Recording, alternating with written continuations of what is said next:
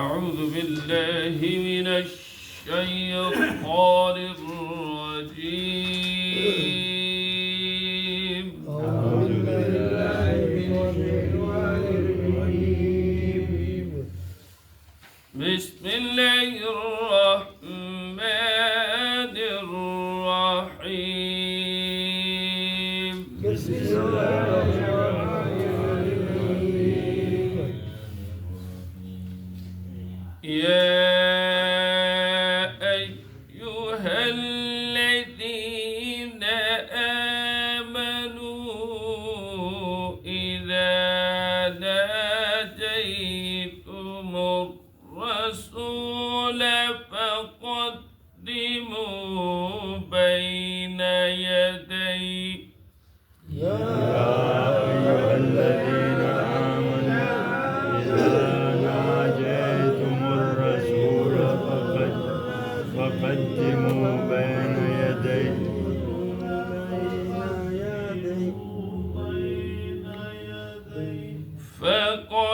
فقدموا بين يدي نجواكم صدقة فقدموا بين يدي نجواكم صدقة ذلك خير لكم وأطهر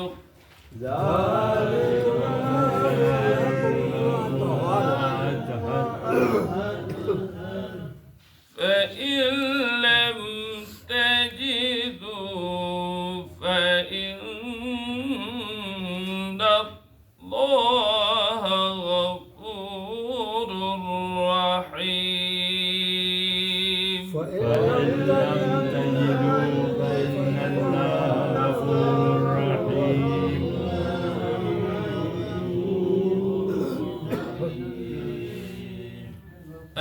أأشفقتم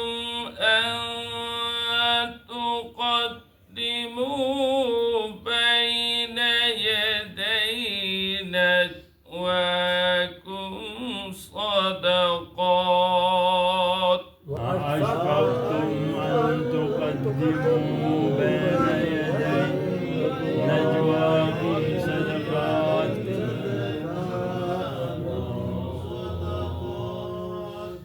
فإذ لم تفعلوا وتاب الله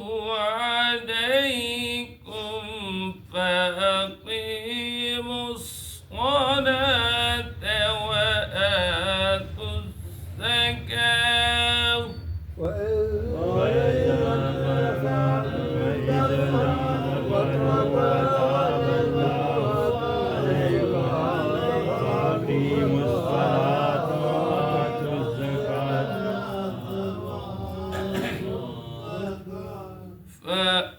فأقيموا الصلاة وآتوا الزكاة وأطيعوا الله ورسوله فأقيموا الصلاة وآتوا الزكاة وأطيعوا الله ورسوله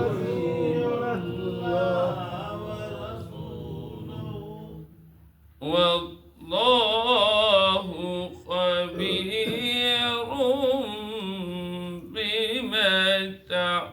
تعملون. والله خبير بما تعملون. يا أيها الذين آمنوا اے ایمان والو اذا ناجیتم الرسول اذا تم سرگوشی کرو رسول اللہ صلی اللہ علیہ وسلم کے ساتھ فقدموا بس آگے بھیجو بین یدی سامنے نجواکم اپنی سرگوشی سے پہلے صدقہ ذالک یہ خیر لکم بہت بہتر ہے تمہارے لیے وأطہر اور بہت زیادہ پاکیزگی کی بات فَإِن لَمْ تَجِدُوا اور اگر نہ پاؤ تم اس صدقے کو فإن اللہ غفور رحیم، بے شک اللہ تبارک و تعالی بخشنے والا اور نہایت رحم کرنے والا۔ اشفقتم، کیا تم ڈر گئے اس بات سے کہ ان تقدموا، کہ آگے بھیجو، بین یدی، سامنے، نجواکم، اپنی سرگوشی سے، صدقات، خیرات وغیرہ۔ فإن لم تفعلوا، اور اگر تم یہ کام نہیں کر سکے، فتاب اللہ علیکم، تو پھر اللہ نے رجوع کیا، معاف کیا اللہ نے تمہیں۔ فاقیموا الصلاۃ، بس تم نماز قائم کرو، وآتوا الزکاۃ، اور زکوٰۃ ادا کرو، واطیعوا اللہ، اور اللہ ورسولہ، اور اس کے رسول کی اطاعت کرو، واللہ خبیر، اللہ تبارک و تعالی خبردار ہے، بما تعملون، جو کچھ تم عمل کرو۔ پیچھے آپ حضرات نے پڑھا کہ مختلف قسم کے لوگ جو ہے وہ آپس میں سرگوشیاں کریں، اور ان کی سرگوشیوں کا مدار کیا تھا؟ گناہ، زیادتی، ومعصیت الرسول، اور رسول اللہ صلی اللہ علیہ وسلم کی نافرمانی۔ تو اللہ تبارک و تعالیٰ نے مومنین کو فرمایا کہ اے مومنو، تم جو ہے نا سرگوشی ضرور کرو، لیکن سرگوشی کے لیے تقوی اختیار کرو، نیکی کی سرگوشی کرو، کیونکہ تمہارے سارے کے سارے اعمال اور تم سارے کے سارے جو ہے اپنی ذات سمیت جو ہے وہ اللہ ہی کی طرف لوٹنا ہے، یعنی تمہارا جو حشر کل قیامت کے دن اللہ کے سامنے ہونا ہے، اس لیے تقوی والی زندگی اختیار کرو۔ اب ظاہر ہے کہ مومنین جو ہے مختلف قسم کے مسائل میں ان کو پیش آتے تو حضور کریم صلی اللہ علیہ وسلم کے سامنے پیش ہو جاتے کہ ہمارا یہ مسئلہ، ہمارا یہ مسئلہ۔ یہی تو صحابہ کرام رضوان اللہ تعالی علیہم اجمعین کی بہت بڑی خوش قسمتی اور نیک بختی ہے، اللہ اکبر، کہ جب بھی ان کو کوئی مسئلہ پیش آتا ہے فوراً رسول اللہ صلی اللہ علیہ وسلم کے سامنے چلے اور عرض کرتے یا رسول اللہ صلی اللہ علیہ وسلم یہ ہمارا مسئلہ ہے۔ لیکن اس کے ساتھ ساتھ ایسے بھی منافقین تھے جو محض طعنہ زنی کے لیے، عیب جوئی کے لیے یا عیب تلاش کرنے کے لیے سرگوشی شروع کر دیتے۔ تو اللہ تبارک و تعالی نے فرمایا ایسے کرو ایمان والو کہ جب تم رسول اللہ صلی اللہ علیہ وآلہ وسلم کے ساتھ سرگوشی کرنے لگو تو اس سرگوشی سے پہلے جو ہے کچھ نہ کچھ صدقہ کر کے آیا کرو، اور حضور کریم صلی اللہ علیہ وسلم کو دے رہا ہے تو ہدیہ دے رہا۔ تو اب اس سے کیا ہے، ایک تو یہ ہے کہ جو منافقین جو ہے وہ خواہ بخواہ جو ہے عیب جوئی کے لیے یا عیب تلاش کرنے کے لیے آتے وہ رک گئے، اور دوسرا یہ کہ کام کی اہمیت بڑھ جائے گی، اس مشورے کی اہمیت بڑھ جائے گی۔ تو یہی فرمایا یا ایھا الذین آمنوا اذا ناجیتم الرسول، کہ جب تم رسول اللہ صلی اللہ علیہ وسلم سے سرگوشی کرنا چاہو تو فقدموا بین یدی نجواکم صدقہ، تو پھر اس سرگوشی سے پہلے جو ہے کچھ نہ کچھ ہدیت کے طور پر جو ہے، صدقے کے طور پر جو ہے وہ کچھ چیز جو ہے کر کے آؤ، ذالک خیر لکم، فرمایا یہ تمہارے لیے بہت بہتر ہے، اور یہ پاکیزگی کے اعتبار سے بہت ہے کہ انسان جو ہے وہ بسا اوقات نماز پڑھ سکتا ہے، اپنی جسم کی قربانی دینے کے لیے تیار ہوتا ہے، لیکن مال کے بارے میں کچھ نہ کچھ جو ہے اس کے دل میں طمع ہوتا ہے، لالچ ہوتا ہے، تو اس لیے مال کا صدقہ جو ہے وہ کرنے میں اس کو گرانی ہوتی ہے، تو فرمایا تم صدقہ کر کے آؤ۔ حضرت حکیم الامت حضرت تھانوی رحمۃ اللہ علیہ نے لکھا ہے کہ آدمیوں کے مختلف احوال ہوتے، مختلف احوال ہوتے، اور جو حکیم ہوتا ہے وہ ان احوال کو اللہ اکبر دیکھ کر جو ہے اس کے مرض کی جو ہے تشخیص بھی کرتا ہے اور علاج بھی کرتا ہے۔ اب ایک آدمی ہے وہ نماز میں سستی کر رہا ہے تو اس کو نماز پہ لگانا ہے کہ تم نوافل پڑھا کرو، اشراق پڑھا کرو، اوابل پڑھا کرو، اسی طریقے سے جو ہے سنتوں کا اہتمام کرو تاکہ اس کی نماز کی عادت بن جائے۔ اور بعض ایسے ہوتے ہیں جو نماز کا تو اہتمام کر رہے ہوتے ہیں لیکن وہ اللہ کے راستے میں خرچ کرنے کے لیے گھبرا رہے ہوتے اور سوچ رہے ہوتے ہیں اے کہ ہمارے پاس جو ہے اسباب بھی نہیں ہے، کیا اسباب ہے اے تو خرچ کرنے کو دل نہیں کر رہا ہوتا۔ تو ان کا علاج جو ہے وہ نماز نہیں ہے، ان کا علاج یہ ہے کہ ان کو کہو کہ تم اللہ کے راستے میں صدقہ کرو، جہاد پہ لگاؤ، مساجد پہ لگاؤ، مدارس پہ لگاؤ، طلباء پہ لگاؤ، تاکہ وہ جو دل میں جو طمع ہے یا لالچ ہے یا حرص ہے اس حرص کا علاج ہو جائے۔ تو اس لیے فرمایا ذالک خیر لکم واطہر، یہ تمہارے لیے بہتر بھی ہے اور پاکیزگی کا سبب بھی۔ یہ دل کی اصلاح ہوتی ہے نا، تزکیہ ہوتا ہے،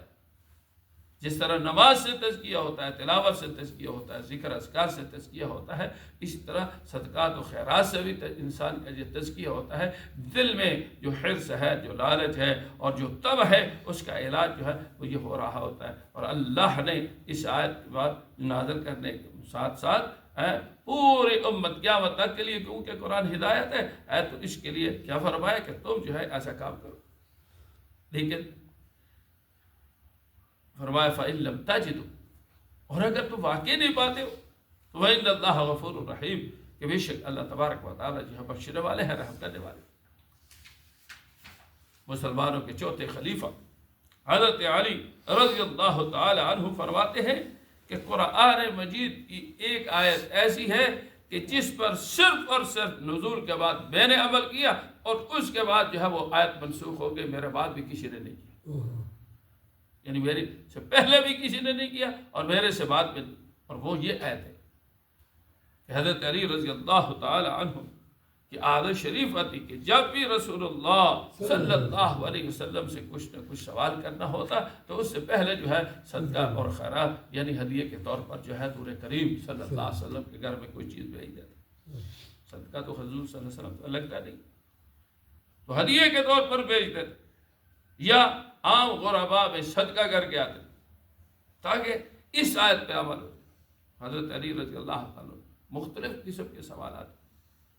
اور سوالات میں ایک سوال یہ تھا کہ اے اللہ کے رسول صلی اللہ علیہ وسلم آپ بتائیں کہ سب سے بڑا فساد کیا ہے، سب سے بڑا فساد کیا ہے؟ تو رسول اللہ صلی اللہ علیہ وسلم نے فرمایا سب سے بڑا فساد یہ ہے کہ کفر اور شرک کرنا، یہ سب سے بڑا فساد ہے کہ انسان کفر کرے اور اسی طرح اللہ کے ساتھ شریک۔ اس طرح تقریباً 10 سے بھی زیادہ ایسے سوالات ہیں جو مختلف وقت اوقات میں حضرت علی رضی اللہ عنہ رسول اللہ صلی اللہ علیہ وسلم تو فرمایا اشفقتم، کیا تم ڈر گئے ان تقدموا بین یدی نجواکم صدقات، یا آگے بھیجو تم اپنی سرگوشی سے صدقات،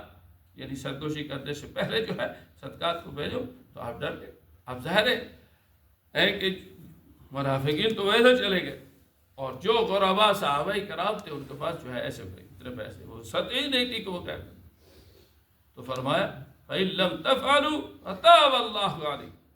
اور تم یہ کام نہیں کیا تو اللہ نے تمہارے اوپر رجوع کیا، مطلب یہ کہ اللہ نے تمہاری توبہ کو قبول کر لی اور اس مشقت کو اللہ نے دور کر دیا اور یہ آیت منسوخ ہو گئی۔ فرمایا اب کیا کرنا ہے؟ اب یہ کرنا ہے فَأَقِیمُوا الصَّلَاةَ، نماز قائم کرو، وَآتُوا الزَّکَاۃَ، اور زکوٰۃ ادا کرو۔ نماز تو جو ہے یہ مومن کے لیے فرمایا کہ یہ مومن کی ترقی کا ذریعہ ہے اور اللہ سے لینے کا ذریعہ۔ فَأَقِیمُوا الصَّلَاةَ، نماز کا قیام، نماز کا اہتمام، وَآتُوا الزَّکَاۃَ، اور زکوٰۃ ادا کرنا، یہ مال کی طہارت کا ذریعہ۔ اس لیے بدن کی طہارت نماز سے ہے اور مال کی طہارت جو ہے وہ کس سے ہے؟ زکوٰۃ سے۔ اور فرمایا وَأَطِیعُوا اللَّهَ وَرَسُولَهُ، اللہ اور اس کے رسول صلی اللہ علیہ وسلم کی اطاعت ہر کام میں تھا، لباس میں، چال ڈھال میں، کھانے پینے میں، اٹھنے بیٹھنے میں، ہر ایک چیز میں دیکھنا یہ ہے کہ اللہ کا حکم کیا ہے، رسول اللہ صلی اللہ علیہ وسلم کی سنت کیا ہے۔ تعزیت میں بھی اسی طرح جو ہے وہ شادی بیاہ میں بھی، خوشی میں بھی، غمی میں بھی، ہر چیز میں دیکھنا ہے کہ اللہ اور اس کے رسول صلی اللہ علیہ وسلم کی جو ہے اطاعت کس طرح ہوتی۔ اس لیے فرمایا کل امت یدخلون الجنہ، کہ میرے امت کا ہر فرد جو ہے وہ جنت میں داخل ہوگا الا من ابا، مگر اس شخص وہ جنت میں نہیں داخل ہوگی جس نے انکار کیا، جس نے انکار کر دیا وہ نہیں داخل ہوگا۔ تو صحابہ کرام نے عرض کیا یا رسول اللہ صلی اللہ علیہ وسلم کہ کون آدمی ہے جو انکار کرنے والا ہے، ابا کون ہے؟ فرمایا ومن اطاعنی داخل الجنہ، کہ جس نے میری اطاعت کر لی وہ جنت میں داخل ہو جائے گا، ومن عصانی فقد ابا، اور جس نے میری نافرمانی کی یعنی سنت کو چھوڑ دیا، سنت پہ عمل نہیں کیا، تو گویا کہ اس نے انکار کر دیا۔ جب اس نے انکار کر دیا تو وہ جنت میں نہیں جائے گا۔ ظاہر ہے کہ انکار دو قسم کا ہے، ایک انکار جو ہے وہ زبان سے انکار کرنا، دل و جان سے انکار کر دیا کہ نہیں مانتے، تو یہ تو کفر ہے، اور ایک یہ ہے عمل کے اعتبار سے انکار ہو رہا ہے۔ تو عمل کے اعتبار سے بھی انسان جو ہے وہ چاہیے کہ وہ انکار نہیں کرے۔ دل و جان سے تو ہم مان رہے کہ اللہ کا حکم ہے، رسول اللہ صلی اللہ علیہ وسلم کی سنت ہے، لیکن عمل کے اعتبار سے بسا اوقات جو ہے ہم جو ہے بدعملی کا شکار ہو جاتے ہیں، وہ سنت پر عمل کرنا چھوڑ دیتے ہیں۔ حالانکہ چاہیے یہ کہ مسلمان کا کام کیا ہے کہ اللہ کے حکم پر، رسول اللہ صلی اللہ علیہ وسلم کی سنت پر زندگی گزارنا شروع کر دے، دنیا آخرت کی بھلائی بھلائی۔ فرمایا واللہ خبیر بما تعملون، اللہ تبارک و تعالیٰ خبردار ہے جو کچھ تم کر رہے ہو، اللہ خوب اس کو دیکھنے والے بھی ہے، سننے والے بھی ہیں۔ الحمدللہ والصلاۃ والسلام وعلى آلہ وصحبہ اجمعین۔ اللہم صلی علی محمد وعلى آل سیدنا ومولانا محمد عبدک ورسولک، وصل علی المؤمنین والمؤمنات المسلمین، اللہم اغفر للمؤمنین والمؤمنات، اللہم انا نسألک التقى والعفاف والوافات الدائمة في الدنيا والآخرة، توفنا مسلما والحقنا بالصالحين، ونعوذ بك من الجبن والكسل وغلبة الدين وقهر الرجال وغلبة الدين، اللهم لا تسلط علينا من لا يرحمنا أجمعين برحمتك.